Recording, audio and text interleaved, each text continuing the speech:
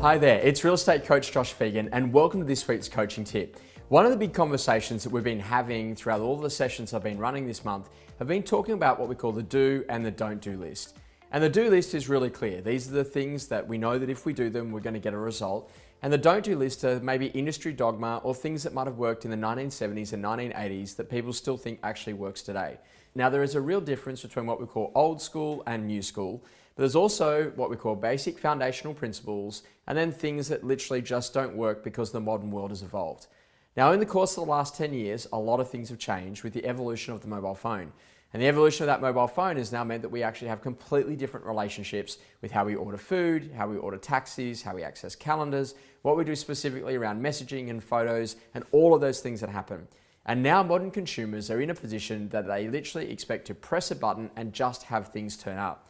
Now, whilst we understand that that amount of change has been going on in the rest of the world, the problem is that for some people inside of their business model, the way that they generate their leads just simply has not evolved. So let's talk about some of the basic principles. The basic principle is that the modern consumer doesn't want to be interrupted. They don't really like door knocking and they certainly don't like cold calling.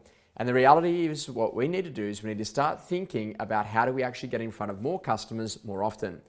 Now, in a recent coaching tip, we spoke about something called the last 50, where we had a look at the last 50 transactions that have happened in your business and what leads they were actually coming from. And what we know is that specifically, we need to think about the reasons why people make change. Now, there's this guy by the name of Ari Weinzweig, and he wrote something called the change formula. And in the change formula, he says that the first thing that needs to happen is that there needs to be some level of dissatisfaction. The second thing that needs to happen is that there needs to be a vision. And the third thing that needs to happen is that people need to be in a position to be prepared to actually make the first steps happen. So let's have a quick look at it. Let's say, for example, you go door knocking and cold calling. Number one, is the client dissatisfied with where they currently live? Probably not so sure about that. Number two, do they have a vision on where they want to go? Definitely not the case. And number three, have they made any of the first steps? So our total score there is a 0 out of a possible 3. Let's go and have a look at another one. Let's say, for example, that someone is bidding at auction. And when they're bidding at auction, number one, do they have dissatisfaction about their current home? Yeah, they do. Number two, are they in a position that they've got a vision on where they'd like to go? Yeah, there's no doubt on that. And number three, are they in a position that they're making more first steps than anyone else? The answer is yes. So therefore, we get a classic 3 out of 3. Now think about maybe someone who turns up at an open home. Number one, are they dissatisfied with where they live? Yeah, you betcha. Number two, do they have a vision? Well, maybe not yet, so they're still working on that. But at number three, are they making more first steps than anyone else? Yes, they certainly are, so they get a minimum score of 2 out of 3. Now, what you actually do is you start breaking apart all the different lead sources, and when you break them out, you start to get them a score on the change formula. And those that obviously have the highest score are going to have the highest conversion. Recently, I've had some people that have been contacting me because they've been maybe a little unhappy that I've been saying don't do cold calling and don't do door knocking. Well, the reason for that is that we actually don't need to do it if we think about the big data play.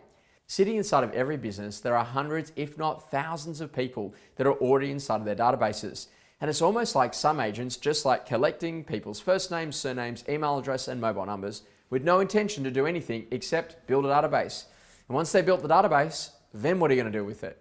So the secret about being a really good quality agent is getting really clear about what does work and what doesn't work in your area and staying really focused on those 1, 2, or 3 things. And I know that if I was in a position that I was starting again in real estate today, the number one thing that I would do is I would actually start by working inside of someone else's team before I launched as an agent. Even with my experience and all of the things that I already know, I would still start working with someone who's already the dominant agent first. And the reason for that is that I get social proof based off their open for inspections. I get the ability to meet more buyers at opens. I'm also in a position I get to learn about the stock and pricing of that particular area. Once I've got all of those things sorted, then I'm in a position that I can start to build on the existing relationships.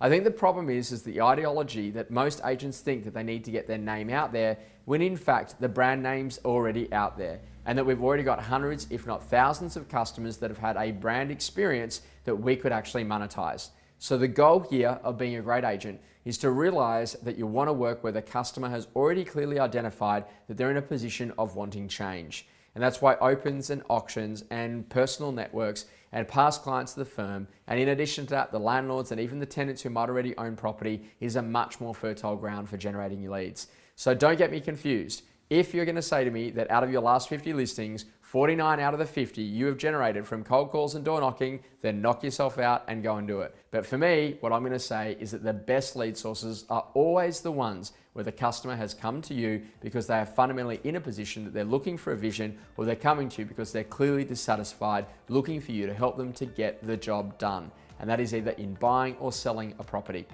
I really hope you've enjoyed this week's coaching tip, and I look forward to seeing you next week.